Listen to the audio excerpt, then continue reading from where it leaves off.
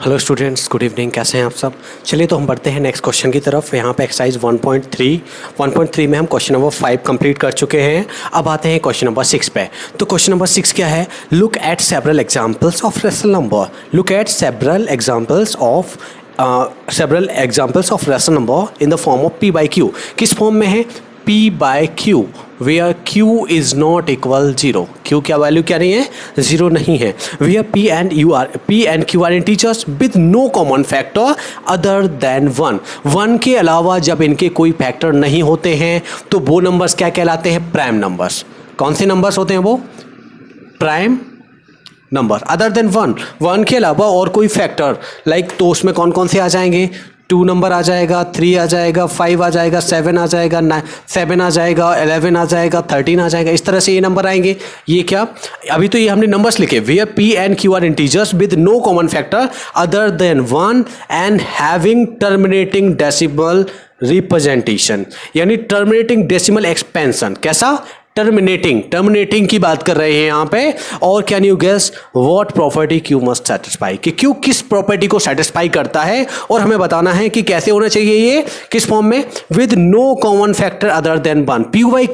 p by q के form में। किस फॉर्म में लिखना है हमें? क्वेश्चन नंबर कौन सा है? ये 6 है। इसमें हमें लिखना है किस फॉर्म में? p बाई क्यू के फॉर्म में। और फैक्टर्स कैसे होने चाहिए? यहाँ पे कॉमन फैक्टर्स नहीं होना चाहिए अदर देन 1। तो हम नंबर ले लें 2, 3, 5, 7, 11 और 13। इनसे हम किस तरह के फैक्टर्स बना सकते हैं कि जिनमें क्या है? Look at several example of rational number in the form of where p and q are integers with no common factor other than 1 and having terminating decimal representation. किस तरह का? Terminating decimal representation. तो terminating decimal representation को हम किस तरह से represent कर सकते हैं? लाइक p और q लेना है हमें। क्या लेना है? p और q। तो लाइक हमने ले लिया कितना? 2 ले लिया। इसके डिवाइड में कितना ले लिया? चलो 5 ले लेते हैं। कितना ले लिया? 2 डिवाइड बाई 5। तो देखते हैं क्या ये टर्मिनेटिंग है कि नहीं है। तो हमने 5 से 2 को डिवाइड कर लेना है। 5 से 2 को डिवाइड करने 0 पॉइंट डेसिमल आ गया। 5 4 जा 20। वैल्यू कितनी आ गई है? 0.4। मतलब ये टर्मिनेटिंग है। ओके, टर्मिनेटिंग इसका होना 1 रहा है। ओके, ये तो टर्मिनेटिंग है। अब बात करें सेकंड। अगर हम देखो ये भी कैसा है? p बाई क्यू की बात कर रहे हैं। देखो ये 2 भी प्राइम नंबर्स है, 5 भी प्राइम नंबर्स है। 1 के अलावा और खुद के अलावा इसकी और कोई फैक्टर नहीं है। 5 की भी बात करें तो इसका भी सेम। अब हम इसको उल्टा करके भी एक बार लिख सकते हैं। लाइक हमने लिख दिया कितना? 5 डिवाइड बाई 2। कितना लिख दिया है? 5 डिवाइड बाई 2। तो 5 से हम किससे? 2 से हम किसको डिवाइड कर लेते हैं? 5 को। तो 2 से हमने 5 को डिवाइड किया तो यहाँ पे 2 2 जा तो कितना हो गया? 4। रिमाइंडर कितना आया? 1। तो डेसिमल लग गया, यहाँ पे 0 ले लिया तो 2 5 जा कितना हो गया? 10। कितना हो गया है? 10। तो वैल्यू कितनी आ गई है? 2.5। तो ये भी टर्मिनेट हो गया है। तो इसको भी क्या लिख सकते हैं हम? टर्मिनेटिंग। किसकी बात कर रहे थे हम? टर्मिनेटिंग। अब इसके बाद आगे बढ़ते हैं। अभी तो हमारे पास 2 नंबर्स आ गए, 2/5 और 5/2। ओके, अब हम देख लेते हैं 3/5 रख के। तो 3 divide by 5। Okay, 3 divide by 5। तो हमने 5 से 3 को डिवाइड कर लेना है। तो 5 कितना आ जाएगा? 0.56 जा कितना होता है? 30। कितना हो जाएगा? 30। ये फुल क्रॉस। तो इसकी वैल्यू कितनी आ जाएगी? 0.6। ये भी कैसा है? टर्मिनेटिंग। ये भी कैसे हो गए? टर्मिनेटिंग। अब चलो हम इसको उल्टा करके देख लेते हैं। कितना रख लेते हैं? 5 डिवाइड बाई 3।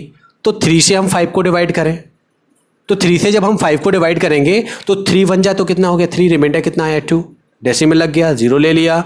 3 6 जा कितना हुआ? 18। रिमाइंडर फिर 2 आया, फिर 6 जा 18, फिर 6 जा 18, फिर 6 जा, यानी वैल्यू कितनी आ रही है इसकी? 1.6666। ये 6 है, ये बार बार क्या हो रहा है? रिपीट हो रहा है। तो ये वाला टर्म कैसा हो गया है? Non terminating. कैसा हो गया ये टर्म? Non terminating. लेकिन जो हमें क्वेश्चन में बोला गया है, क्वेश्चन में ये बोला है कि look at several examples of rational number in the form of p upon q where q is not equal 0, where p and q are integers with no common factor. तो यहाँ पे ना तो 2 के, ना तो 5 के, ना 3 के इनके कॉमन फैक्टर्स हैं। Having terminal decimal representation. कैसा?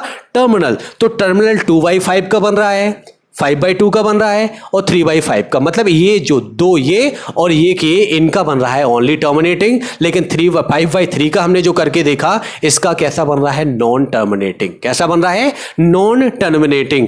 तो नॉन टर्मिनेटिंग आगे क्वेश्चन में लिखा हुआ था, क्या लिखा हुआ था, आर नॉन टर्म, इसके बाद लिखा हुआ था can you guess what property Q must satisfy. तो देखें, अब देखें क्यू क्या प्रॉपर्टी सेटिस्फाई कर रहा है, क्यू जो है वो क्या प्रॉपर्टी सेटिस्फाई कर रहा है। तो देखो क्यू क्यू क्यू पी ऊपर है, नीचे क्या है, क्यू डिनोमिनेटर में है क्यू। तो यहां हम देख रहे हैं एक तो डिनोमिनेटर में क्या है, 5 है, और एक डिनोमिनेटर में क्या है, 2 है, और एक डिनोमिनेटर में 5 है।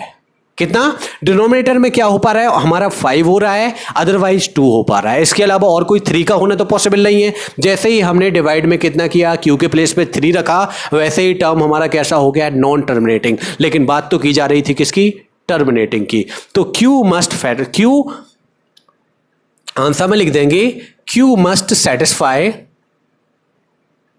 फैक्टर्स ऑफ कितना, 2 and 5। कितना, 2 and 5, फैक्टर्स ऑफ 2 and 5। तो 2 के भी फैक्टर्स और 5 के फैक्टर, क्यू के लिए कितना 2 और 5 होना चाहिए, इसके तभी ये टर्मिनेटिंग होगा, अदरवाइज क्या हो जाएगा, नॉन टर्मिनेटिंग। तो क्वेश्चन में हमसे पूछा गया था, क्या पूछा गया था, can you guess what property Q must satisfy. तो Q must satisfy factor of 2 and 5। यहां पे हो गया है हमारा क्वेश्चन नंबर, ये था 6, जिसको हमने कंप्लीट कर लिया है। इसमें अगर आपको कोई डाउट रहता है तो प्लीज़ आप मुझे वो कमेंट सेक्शन में भेजिए। इसके अलावा वीडियो अच्छा लगता है तो वीडियो को लाइक करें, अपने दोस्तों में शेयर करें, और अभी तक अब आप हमारे चैनल को सब्सक्राइब नहीं किए हैं तो प्लीज़ चैनल को सब्सक्राइब करें। Thank you.